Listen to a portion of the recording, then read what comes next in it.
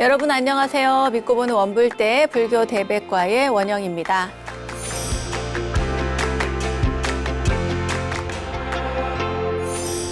가만히 스스로를 한번 돌아봅니다. 우리는 대개 남의 잘못이나 실수에는 엄격하고 자신의 허물에는 관대한 경우가 많은 것 같은데 여러분은 어떠신가요? 지난번 우리가 친견했던 경봉 큰 스님께서는 이런 가르침을 주셨습니다. 남을 꾸짖을 마음으로 나를 꾸짖고 자기를 용서하는 마음으로 남을 용서해라. 사람을 대할 땐 봄바람처럼 대하고 스스로 자숙할 땐 추상같이 해라. 네, 추상. 가을의 찬서리란 뜻이죠. 추상같이 가을의 찬서리처럼 스스로를 돌아보라는 선지식의 큰 가르침이 우리를 더욱 고개 숙이게 하는 것 같습니다. 남의 허물을 흉보면서 손가락질할 때, 이렇게 손가락질할 때 나머지 이 4개의 손가락은 자신을 가리키고 있다고 하죠. 남의 흉보기를 즐기는 사람은 자신의 무지와 어리석음을 스스로 드러내는 행동임을 큰 스님의 가르침을 통해서 꼭 한번 돌아봤으면 좋겠습니다. 자, 원영 스님의 불교 대백과 오늘도 큰 스님의 사자우를 통해서 깊은 깨달음을 얻어보는 시간 함께 하겠습니다. 여러분 준비되셨죠? 어서 모이세요.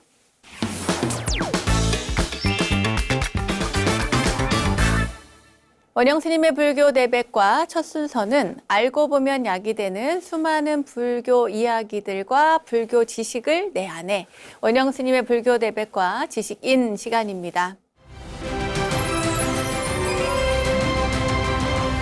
불교가 삼국에 전래된 이래로 우리의 불교는 호국불교의 신앙을 강하게 가져왔습니다. 이 호국불교라는 건요, 부처님께 의지해서 외적의 침입이나 어떤 자연재해 등 각종 재난으로부터 나라를 지키려는 불교 신앙이라고 할 수 있는데요. 나라와 국민을 걱정하고 위하는 이 애민정신은 일제강점기 때도 지켜져 왔습니다. 나라의 독립을 위해서 몸바쳐온 많은 스님들과 사찰들의 활약을 통해서 호국불교의 정신이 지켜져 왔던 것이죠. 지난 시간 근대 한국 불교의 선지식으로서 독립운동가로 활동하신 용성 큰 스님에 대해서 자세히 알아봤는데요. 오늘은 또 한 분의 독립운동가이자 민족 시인이신 그리고 이 시대의 그 큰 선지식이신 만해 한용운 스님에 대해서 알아보는 시간을 가져보도록 하겠습니다.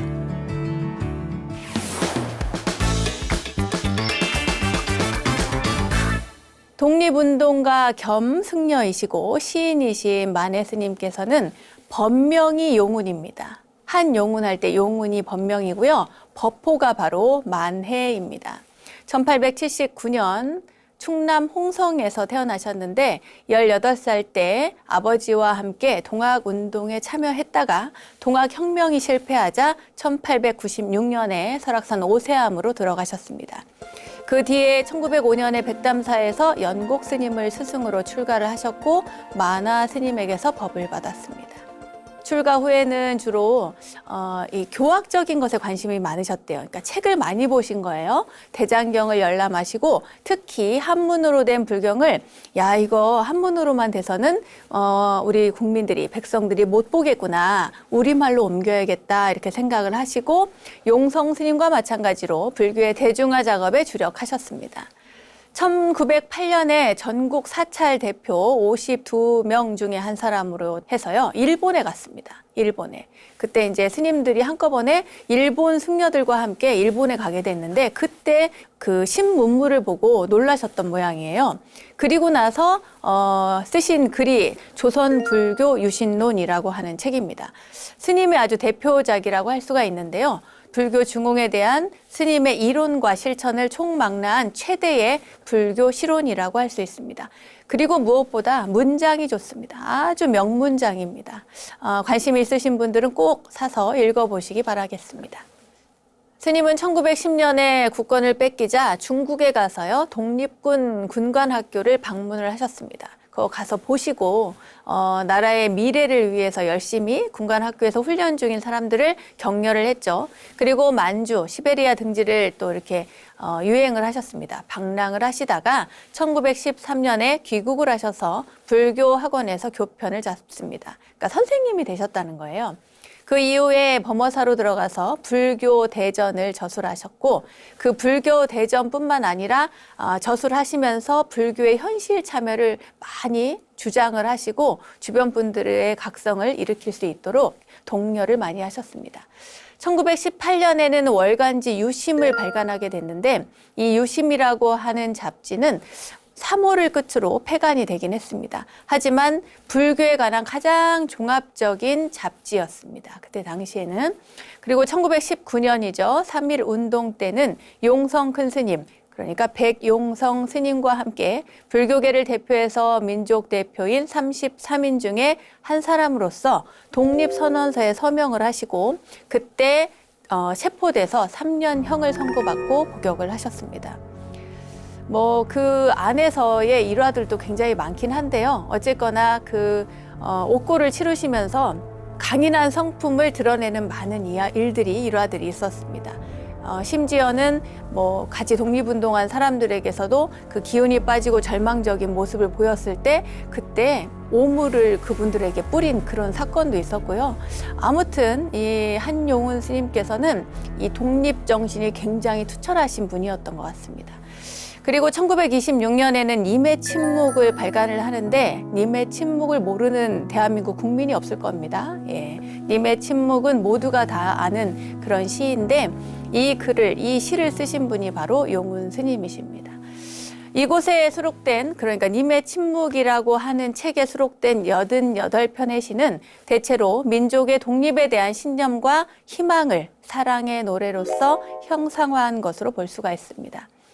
어떤 분들은 님은 같습니다. 사랑하는 나의 님은 같습니다. 해서 언뜻 보기에는 무슨 사랑시라고 생각을 하지만 그때 당시의 시대 상황을 종합해 본다면 독립을 간절히 원하는 나라의 독립을 원하는 간절한 소망을 담아서 쓴 시로 읽을 수가 있습니다. 1931년에는 조선불교 청년회를 조선불교 청년동맹으로 이렇게 개칭을 해서 불교를 통해서 청년 운동을 강화하고 그리고 그 다음에 월간지인 불교를 인수해서 불교의 대중화와 독립 사상 고취에 힘을 쓰셨습니다. 불교의 혁신과 작품 활동을 계속하다가 1944년 서울 성북동 시무장에서 입적하셨습니다. 저희 절하고 가까워서요. 저도 가봤는데 시무장에 가시면 스님의 어떤 모습을 볼 수 있을까, 흔적을 찾을 수 있을까 싶지만 사실은 시무장은 물론 마음은 우리가 큰 스님을 그리는 마음이 있지만 가서 보면은 굉장히 작고 소탈해서 저는 오히려 깜짝 놀랐습니다. 아무튼 기회가 되시면 이곳도 한번 꼭 방문하시면 좋을 것 같습니다. 그리고 한용운 스님의 불교 사상을 우리가 정리를 해보면요. 불교 행정 조직 혁신론, 이게 첫 번째고요. 두 번째가 사원 운영의 혁신론, 세 번째가 청년 불교의 재창이고 네 번째가 선교 진흥론, 다섯 번째가 경전의 한역 등으로 요약할 수가 있습니다.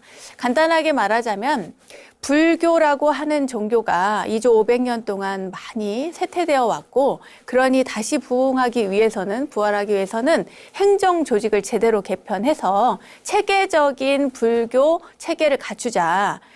그런 다음에 이런 사원 운영도 확실하게 투명하게 하고 혁신을 이루어서 제대로 된 체계 있는 그 불교 종단을 만들자라고 하는 것이 스님의 생각이셨고 청년 불교가 제대로 일어나야 불교의 미래가 있다고 생각을 하셨습니다. 그리고 선만 강조할 것이 아니라 교도 강조해서 선교가 모두 함께 일어나야 된다라는 말씀을 하셨고 그리고 마지막으로 한역 경전을 우리말로 번역을 해야 된다 이렇게 주장을 하셨습니다.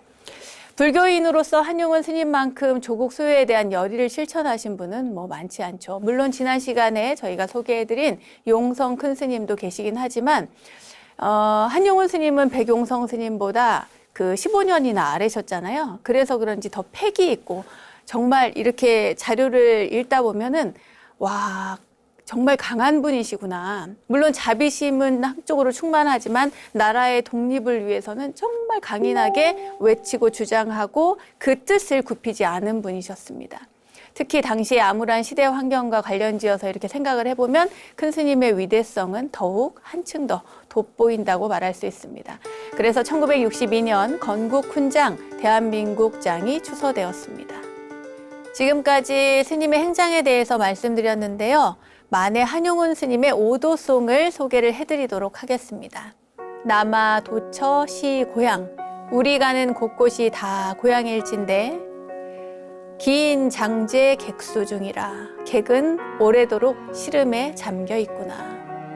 일성 할파 3000개요 큰 소리로 온 세상을 깨우노니 설리도와 편편비라 눈 속에 복사꽃이 흩날리노나. 이러한 오도송을 남기셨습니다. 한용운 스님의 오도송은 바로 고향이 발밑에 있다는 사실을 이야기해 줍니다. 눈으로 보니 세상이 모두 나이고 또 진리 그 자체라는 것이죠. 그래서 큰 소리로 외칩니다.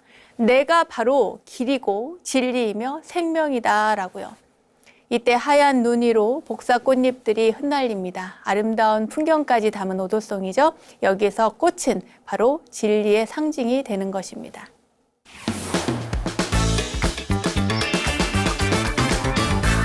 지금부터는 만해 한용운 스님의 일화에 대해서 소개를 해드리도록 하겠습니다.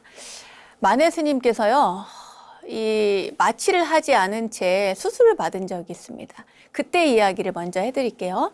스님께서 만주 땅 간도에 갔을 때 일인데 어떤 고개를 넘다가 괴한들이 쏜 총을 맞습니다. 근데 그 총을 목에도 맞았나 봐요. 그래서 쓰러지셨는데 이제 관통을 하거나 뭐 그런 게 아니고 아무튼 어떻게 스쳤거나 그런 게 아닌가 싶습니다.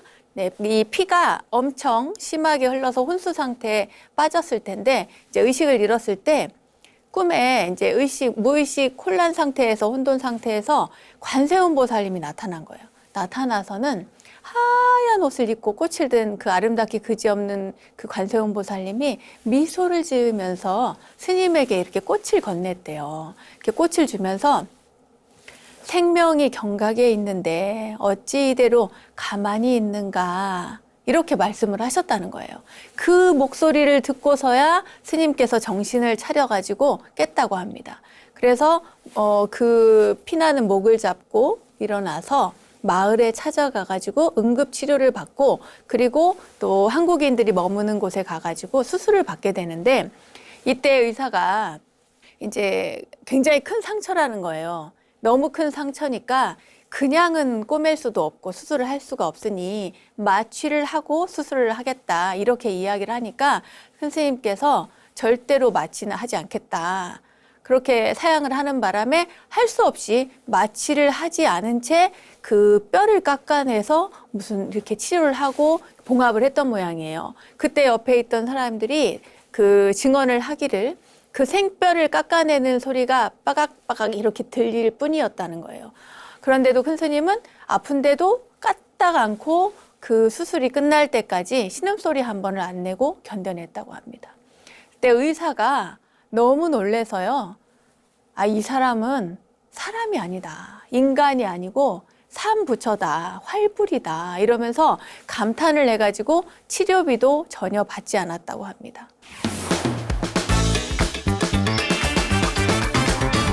두 번째 이야기 해드릴게요. 3.1 운동 준비로 그 동분서주 하던 그 스님이 그때 당시에 굉장히 부자였던 거부인 민영이라는 사람을 찾아갔습니다. 찾아가가지고 우리가 독립운동을 하니까 협조를 좀 하라고 이렇게 요구를 한 거예요. 그러니까 이 민영이라는 분이 거절을 해요. 거절하니까 스님께서 갑자기 권총을 딱 꺼내들은 거예요. 그러니까 이제 권총을 딱 꺼내드니까 얼마나 놀랬겠어요. 새파랗게 질려가지고 벌벌 떨면서 알았다고 돕겠다고 이렇게 한 거죠. 그런데 스님께서 힘있게 쥐었던 그 권총을 그 사람 앞에 딱 내려놓습니다. 그 총은 다름 아닌 장난감 권총이었대요. 그러니까 쓸 수 없는 그런 권총이었던 거죠. 탐정 소설에나 나오는 듯한 그런 흥미있는 이야기지만 어쨌거나 스님의 이런 수단, 그러니까 스님은 총을 지니고 있지 않았던 모양이에요. 그러니까 가짜 총을 갖다가 딱 놓고 어떻게 보면 협박인데 협박을 해서 이제 독립 자금을 얻어내려고 하는 생각이었는데 하지만 결국에는 보여줬죠. 이 총이 장난감 총이라는 것을. 어쨌든 민영이는 맹세를 했죠. 비밀리에 모든 협조를 하겠다고 맹세를 했습니다. 그리고 필요한 비용도 주겠다고 했어요. 그렇지만 이후부터는 나를 찾아오지 말고 내 아들 형식이와 상의를 해서 일을 추진해서 진행시켜주면 좋겠다. 그렇게 얘기를 하고 부디 성공을 바란다고 이야기를 했습니다. 이 민형식 아들이죠. 민형식은 이 일이 있은 후에 스님의 절친한 친구의 한 사람이 돼서 물심양면으로 조선 독립을 도왔다고 합니다.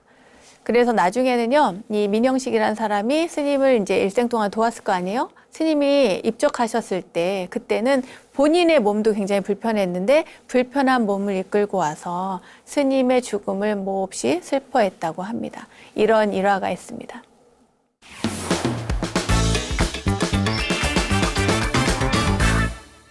그리고 스님께서는 제가 이제 스님이 남긴 글을 읽어보니까 그렇게 명문장일 수가 없어요. 스님께서 글을 기가 막히게 잘 쓰셨고 감동적이고 사람의 심금을 울립니다.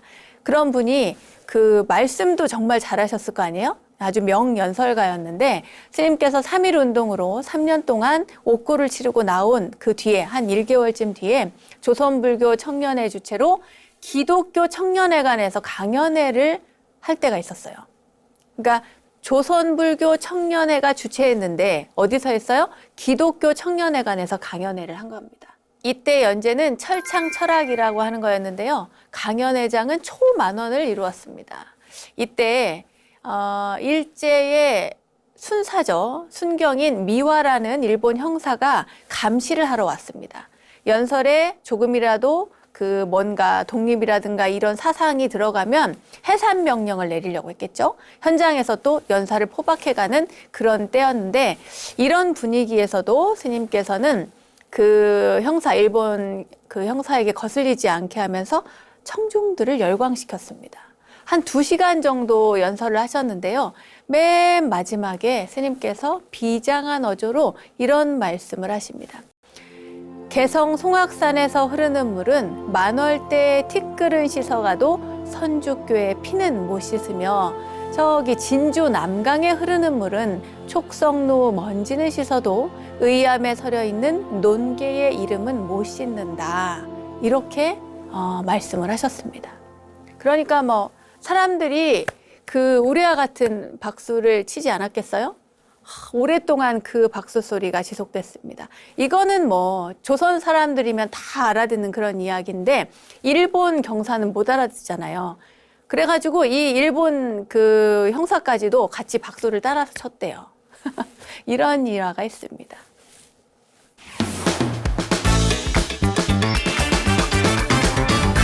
명연설가인 한용운 스님, 줄곧 비난한 아주 가난했던 그런 생활을 해오셨는데 스님께서는 만년에 이르러서 드디어 성북동 막바지에 집 한 칸을 갖게 되었습니다. 스님이 사신 게 아니고요. 스님께서 어디 거처할 만한 데가 없이 떠돌이 생활을 하니까 보다 못해서 그때 당시에 박응모, 박광, 홍순필, 김병호, 벽산스님, 윤상태 등등이 몇몇 사람들이 이 집을 사서 스님이 거처할 수 있도록 해준 거예요. 그런데 이 집을 지을 때 여름에는 시원하고 겨울에는 볕이 잘 드는 남향으로 집터를 잡자고 했는데 스님이 그건 안 된다는 거예요. 그건 안 된대요. 왜냐하면 남쪽을 바라보면 바로 조선 총독부가 보이는데 차라리 볕이 좀 덜 들고 여름에 덥더라도 북향하는 게 낫지. 내가 어떻게 남쪽을 향해서 이렇게 집을 짓겠냐 하면서 동북향 집을 짓게 하셨다는 겁니다. 보기 싫은 총독부 청사를 자나깨나 향하고 살아간다는 게 스님한테는 도저히 용납할 수 없는 일이죠. 불쾌한 일이기 때문입니다. 그렇게 해서 동북향으로 주춧돌을 놓고 집을 세웠는데 이 집이 바로 스님이 입적하실 때까지 머무셨던 시무장이었습니다. 스님이 손수 지은 이 태코는, 그러니까 시무장이라는 거는 소를 찾는 거예요. 찾을 심자, 소자. 그리고 이 소를 찾는다는 뜻은 결국에는 불교의 마음을 찾는 곳, 그러니까 마음 닦는 곳, 이런 의미를 가지고 있거든요. 무상대도를 깨치기 위해서 공부하는 집이라는 뜻입니다. 스님께서는 입적하시는 그날까지 이곳에서 사상을 심화시키고 선을 깨치기 위해서 몸과 마음을 함께 닦으셨던 것이죠.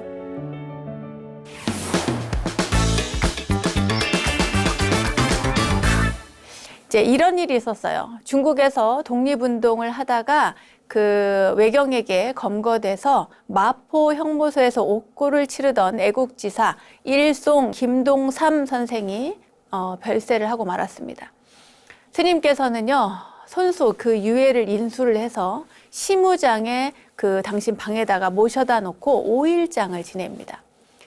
그러니까 독립운동가가 그 이제 별세를 하니까 사람들이 그 유해를 누구도 찾아가려고 안 하는 거예요. 왜냐하면 찾아가면 감시 대상이 되고 결국에는 붙잡혀 가게 되니까 누가 선뜻 나서지 않은 겁니다. 그런데 그때 스님께서 가서 그 유해를 모셔다가 시무장에다가 놓고 5일장을 지낸 거예요. 그 5일장 때에 장례 때에 그 정말 수많은 사람들이 몰래 와서 조의를 표하기 위해서 다녀갔겠죠. 그런데 스님께서 이제 생각하기를 아무개는 꼭 오겠지 이렇게 생각을 했는데 꼭 올 거라고 생각했던 모모 인사들이 오지를 않은 거예요. 누가 와서 그분들이 왜 안 오셨을까요? 이렇게 스님께 여쭈니까 스님께서 그 사람들이 뭐 사람 볼 줄 아는가? 이렇게 말씀을 하셨다고 합니다. 아무튼 그 화장터, 그러니까 홍제동 화장터는 일본인이 경영을 했대요, 당시에. 그래서 스님께서는 거기 안 가고 미아리에 있는 조그만 한국인이 경영하는, 조선 사람이 경영하는 화장터에서 장례를 치렀습니다. 연결식에서 스님은 진짜 그 대성통곡을 하시면서 이렇게 이야기를 했대요. 우리 민족 지도자의 유일무이한 위인인 일송 선생의 연결은 민족의 대불행이다. 2200만 결애를 잃는 것처럼 애석한 일이다. 국내 해외를 통해서 이런 인물이 없다. 유사지출을 당하여 나라를 수습할 인물이 다시 없어서 큰 혼란이 일어날 것이니 비통하다. 그러니까 유사지출하는 건 뭐냐면 독립이에요, 독립. 네. 조선의 독립을 이야기하는 유사지추, 그때가 오더라도 혼란이 올 거다 이런 이야기를 하신 겁니다. 나라의 혼란을 수습할 사람이 없다는 거죠. 그만큼 존경하는 마음을 이렇게 표현을 했습니다. 스님께서는 독립 이후에 건국의 대업을 생각하고 그래서 더욱 이 일송 선생의 죽음을 애통해 하셨던 거죠. 사람들은 스님이 우는 것을 그때 딱 한 번 보았다고 이야기를 합니다. 이 대목은 참 마음이 짠하기도 하고 그때 스님께서 얼마나 외로우셨을까 그런 생각이 듭니다. 네.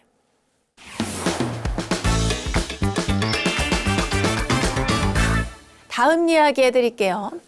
여러분들께서도 아시는 분의 이야기입니다. 육당 최남선 선생. 3.1운동 때 독립선언서를 이분이 지었거든요. 그래서 더욱 유명합니다. 하지만 육당 선생은 그 뒤에 또 이런 표현을 쓰긴 참 별로 쓰고 싶지 않지만 변절을 합니다. 그러니까 친일을 하게 되죠. 중추원의 참이라는 관직을 받고 있었습니다. 스님이 이게 너무 못마땅한 거예요. 그래서 이미 마음으로 이 육당과는 이렇게 절교를 딱 했던 겁니다. 그러던 어느 날 이 육당 선생이 길에서 스님을 만난 거예요. 근데 스님이 이렇게 육당 선생이 이렇게 걸어오니까 못 본 척하고 그냥 지나갔어요. 아니 보고도 이제 못 본 척 하니까 이 육당 최남선이 막 따라가요. 빨리 가요. 가가지고 따라와서 이제 딱 앞을 막으면서 스님, 만해 스님, 오랜만에 뵙겠습니다. 이렇게 인사를 한 거예요. 그러니까 스님이 그럽니다. 누구시오? 당신 누구시오? 이렇게 물은 거예요. 그러니까 이 육당 선생이 나 육당 아닙니까? 이렇게 얘기를 하는 거예요. 그러니까 스님이 다시 한번 묻습니다. 육당이 누구시오? 이렇게요. 최남선입니다. 잊으셨습니까? 이렇게 얘기하니까 스님께서 외면하면서 내가 아는 최남선은 벌써 죽어서 장송했소. 이렇게 이야기를 하고는 뒤도 안 보고 가버리시는 거예요. 와, 마음으로 이미 절교를 했고 그리고 친일을 한 사람에 대한 태도는 이미 조선인으로선 끝난 거죠. 그런 모습이 여기에 이렇게 명확하게 드러납니다.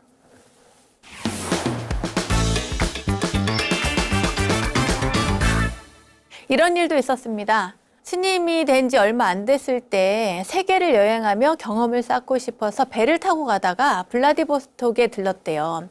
당시에 일제 앞잡이나 친일파들이 스님으로 많이들 위장을 했다고 합니다.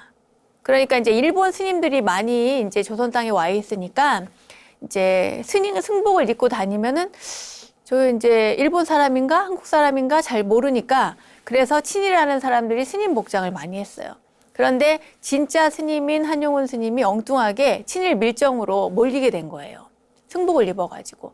근데 그때 당시에는 블라디보스톡에는 그 독립운동가들이 많이 있었던 모양입니다.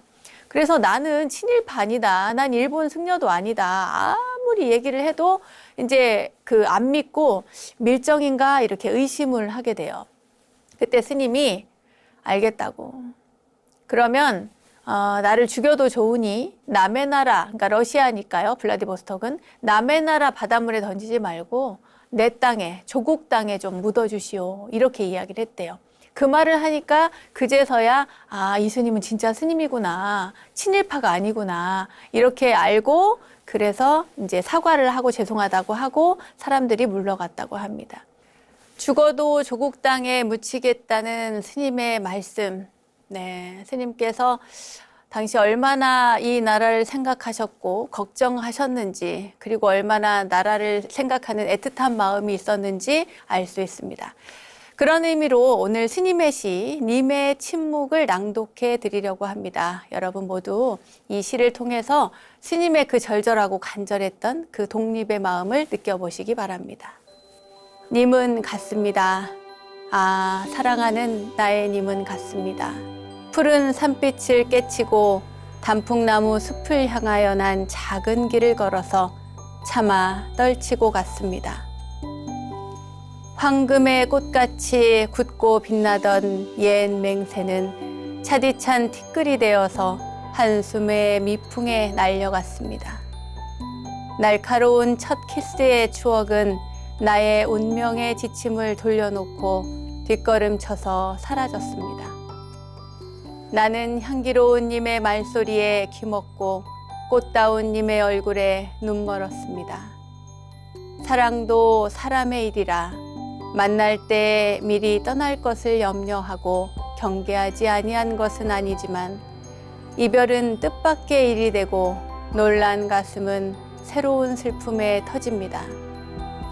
그러나 이별을 쓸데없는 눈물의 원천을 만들고 마는 것은 스스로 사랑을 깨치는 것인 줄 아는 까닭에 걷잡을 수 없는 슬픔의 힘을 옮겨서 새 희망의 정수박이에 들이부었습니다.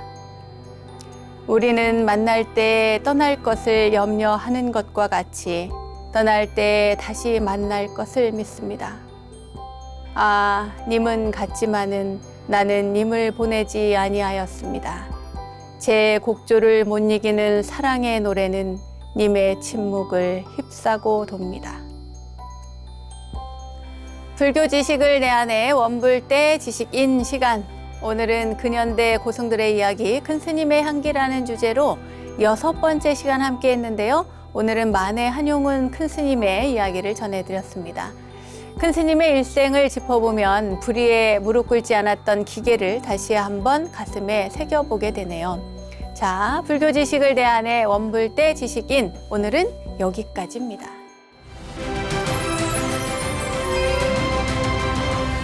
저절로 알게 되는 사찰 이야기, 오늘은 이절로 아니 저절로 시간입니다. 오늘은 서울 서대문구 안산에 자리한 봉원사로 떠나봅니다.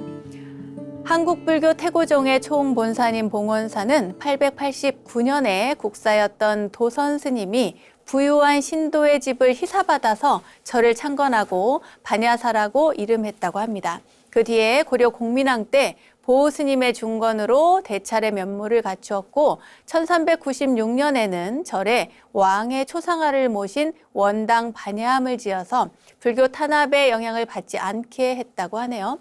선조, 인조, 영조 때는 반야함을 수호하라는 왕명이 있어서 조정의 극진한 보호를 받았다고 하는데요. 특히 1748년에는 왕이 절을 지을 부지를 희사해서 찬즙 중암 스님이 현재의 자리로 이건했고 이듬해 영조는 봉원사라는 현판을 내렸는데 이때부터는 절 이름을 봉원사라고 불렀다고 합니다. 자, 현재의 자리로 이건해서 봉원사라고 이름 지었던 이곳 자리를 옮기기까지 특별한 전설이 내려온다고 하는데요. 과연 어떤 이야기인지 지금부터 함께 하겠습니다. 조선 영조 24년 초봄 어느 날 아침이었습니다. 지금의 연세대학교 자리에 위치한 봉원사에 어명이 내려졌어요. 뭐냐면 귀사의 도량을 국가에서 긴히 쓰고자 하니까 새로운 도량을 정하도록 해라, 이 말입니다. 이 말은 뭐예요? 옮기라는 얘기죠. 절을 빼라, 방 빼라는 얘기입니다. 근데 갑자기 절을 옮기라고 하니까 다들 걱정이 태산이죠.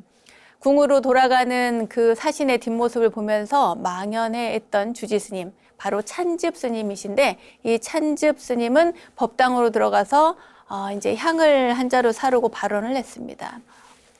제불보살님께서는 어리석은 소승에게 길을 열어서 알려주소서 나무 서가모니불 이렇게 기도를 합니다.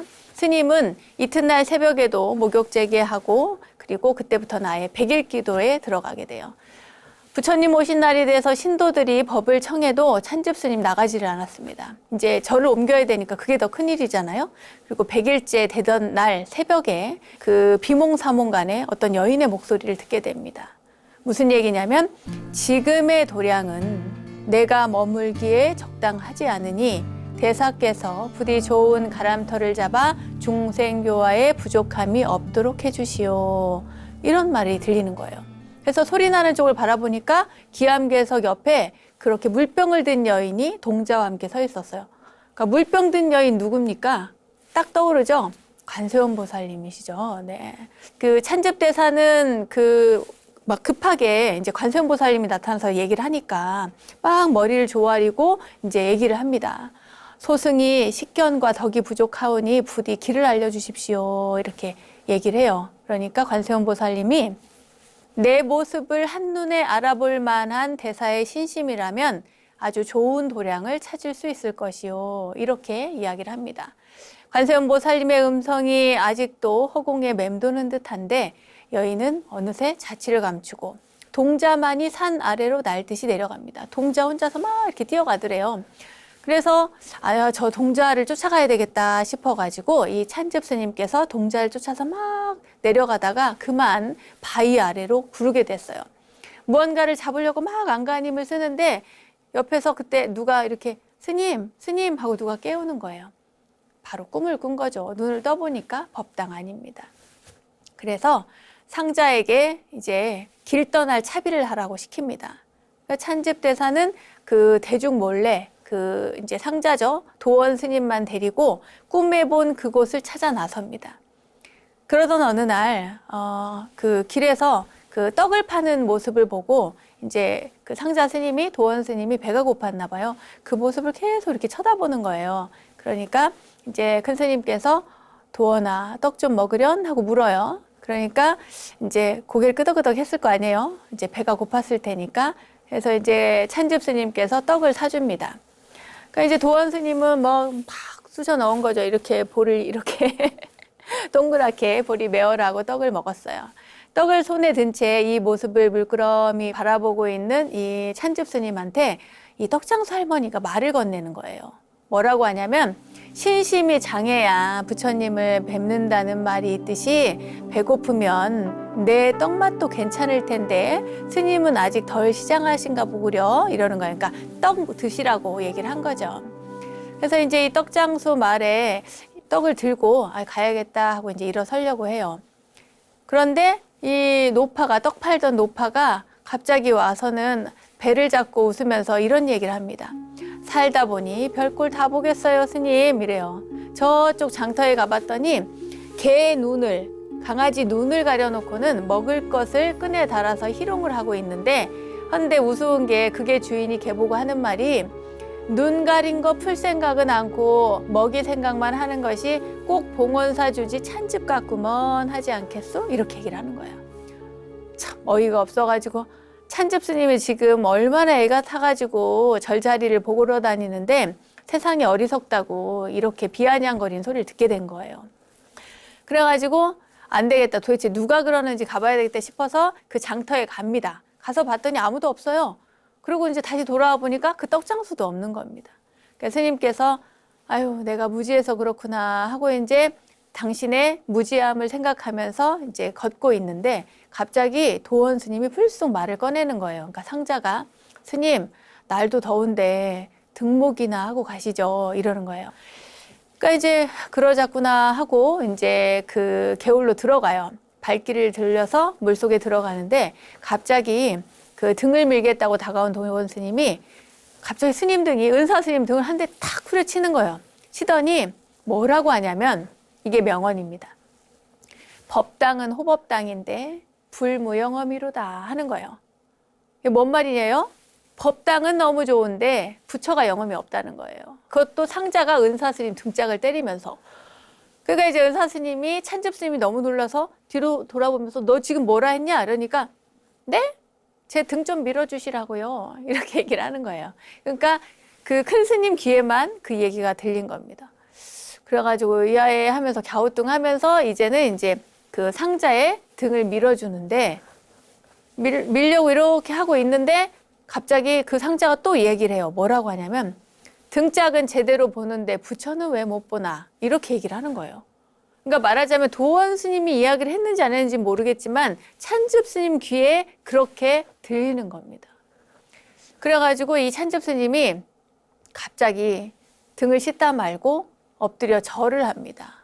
도원 스님한테. 그러니까 이 찬접 스님이 그 상자한테 절을 하니까 상자가 너무 어이가 없잖아요. 그래가지고 아니 날이 더우니까 우리 스님이 실성을 하셨나 이렇게 생각을 하는 거예요. 그리고 이제 절하고 일어서는데 대사가 뭔가 갑자기 먹은 떡이 얹혔는지 갑자기 배를 움켜쥐고 배가 너무 아파하는 거예요. 그래가지고 이제 상자 스님이 너무 놀라서 인근에 있는 그 마을의 의원을 데리고 옵니다. 그리고 나서 약을 먹고 그 다음날 정오에야 정신을 차려서 찬집 스님이 봉원사로 돌아가게 돼요. 이제 가게 되는데 가는 길에 중간에 그 돌틈에 2개의 샘이 있는 걸 발견을 합니다. 그래가지고 아니 여기 샘이 2개나 있네 이래가지고 그 아래쪽 물에다가 손발을 씻고 그리고 윗물로 공양을 지어서 이제 불공을 올리게 돼요. 제가 부처님 가피로 목숨은 부지 했사오나 가람터를 발견하고 목숨을 버림만 못하옵니다. 부디 소승의 발언을 이루어 주십시오라고 빈 거예요. 그러니까 왜냐하면 목숨은 부지했지만 좋은 절터를 발견을 못했으니까 그 부디 제 소원을 이루게 해달라고 비는 거예요. 절터를 빨리 발견하게 해달라는 거죠. 그때 돌연 이 상자 스님이 도원 스님이 다시 또 개송을 읊습니다. 뭐라고 하느냐면 말을 한들 할까 보여준들 할까 물이 덥고 시원함은 마셔봐야 할 것을 이라고 이야기를 합니다. 그 바라보니까 그 중암선사가 주석하는 반야암이 보이는 겁니다.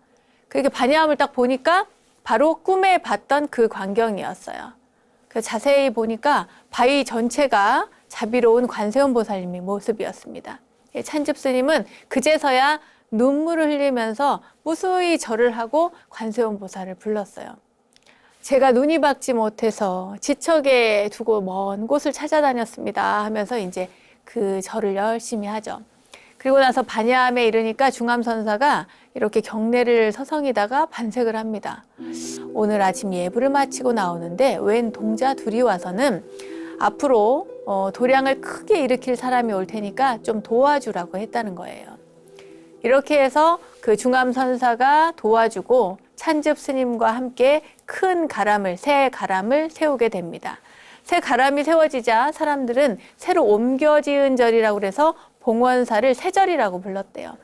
지금도 절 동북쪽 능선에 서울의 안녕을 지키는 듯한 거대한 자연석 관음바위가 자리하고 있습니다. 이 스토리는 봉원사가 이전하게 된 스토리도 굉장히 중요하지만요. 사실은 그 이야기가 중요합니다. 지금도 스님들이 많이 하는 이야기인데 그 등 밀면서 하는 이야기 있잖아요. 법당은 호법당인데 불무영험이로다. 이 말을 가끔 써요. 저도 옛날에 행자 때 몇 번 들었습니다. 그러니까 법당이 뭘 말해요? 신체는 멀쩡한데 야, 부처가 영험이 없어. 뭐예요? 열심히 수행하지 않으면 영험이 없게 된다는 거예요. 그래서 이 이야기가 굉장히 유명하고 그 상자의 이야기건 스승의 이야기건 간에 우리가 어떻게 수행하고 어떻게 살아가느냐에 따라서 영험이 있는 사람이 되고 영험이 없는 사람이 됩니다. 외모만 갖춘다고 해서 아무런 의미가 없는 것이죠. 아시겠죠, 여러분?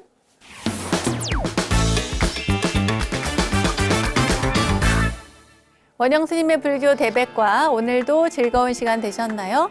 세상의 모든 불교 이야기를 모아서 전해드리고 있는 원영스님의 불교 대백과 오늘은 근현대 고승들의 이야기, 큰 스님의 향기라는 주제로 만해 한용운 스님의 이야기를 전해드렸고요.